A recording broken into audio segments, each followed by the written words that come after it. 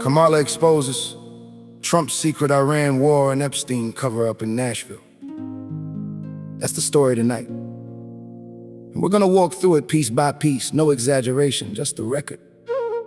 She landed back in Nashville, 2 rooms, 2 days first. The lawyers at the Bar Association. Then the Urban League crowd the very next afternoon, different stages, same fire underneath her. She told the room straight up, these guys on the other side are ruthless, and we gotta be ruthless too. Not cruel, just uncompromising. That's the tone she set from the jump. Kamala exposes Trump's secret Iran war and Epstein cover up in Nashville. Hook it, hold it, let it ring out one more time before we go back to February, back to where this whole thing really started. Yeah.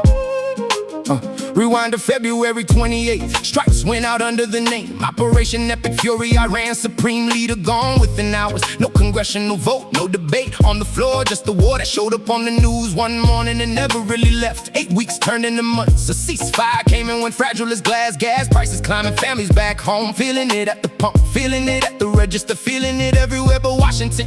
That's when she said it plain back in April, standing in Detroit at a luncheon full of women who came ready to listen. Trump into the war we didn't want.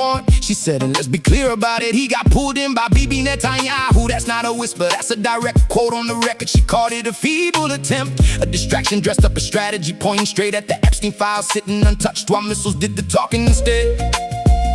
Kamala exposes Trump's secret Iran war and Epstein cover up in Nashville. Say it again for the people still catching up. This isn't a new complaint.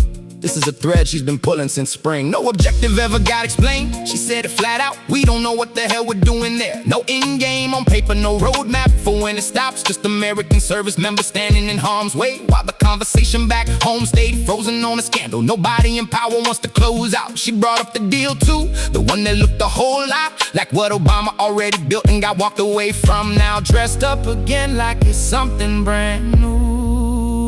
Back in Nashville this time though, the fight looked a little different. She talked redistricting, she talked about Memphis getting sliced in the third, a district carved up till it barely resembled what it used to be. She talked about the Supreme Court, about DC and Puerto Rico, about a slogan too big to rig. And she reminded the room 2028 won't matter if we don't win 2026 first. She's thinking bigger picture, building the case one appearance at a time.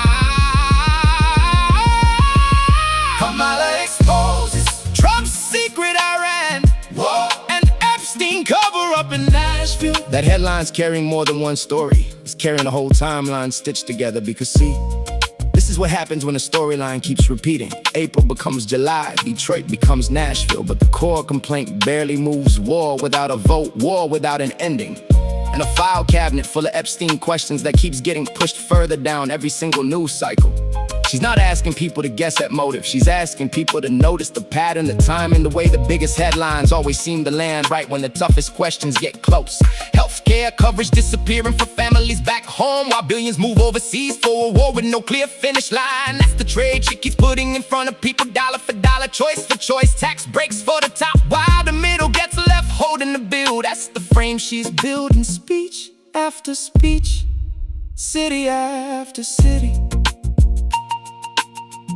He's the threat, the one that made even her allies pause. Trump posting online about wiping out a whole civilization, about bridges and power plants, about forcing open the strait through fear instead of diplomacy. She called it abhorrent, called it a war of choice with no plan and no strategy attached to it. And she said the American people do not support this, not buried in a policy paper, said it out in the open where everybody could hear it.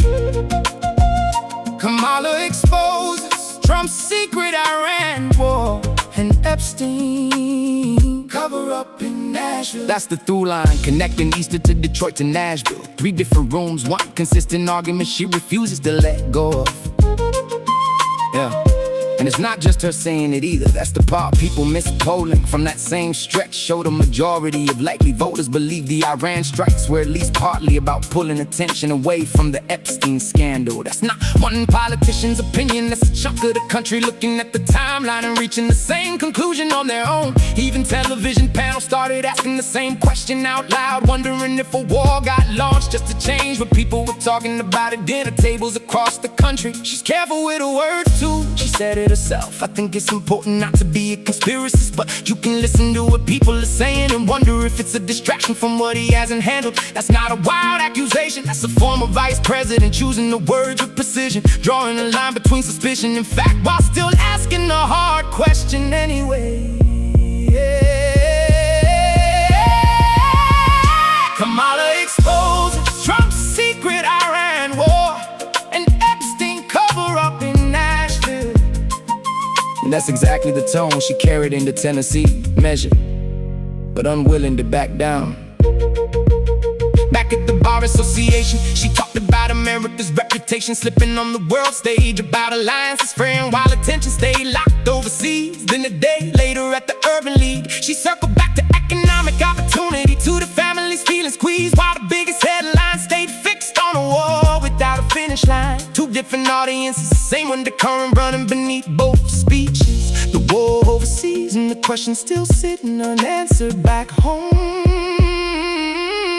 This is the story as it's been told across months now. Not one appearance, not one soundbite, but a pattern she keeps returning to every time she takes a stage. February strikes, March grief, April accusations, Easter warnings, July return.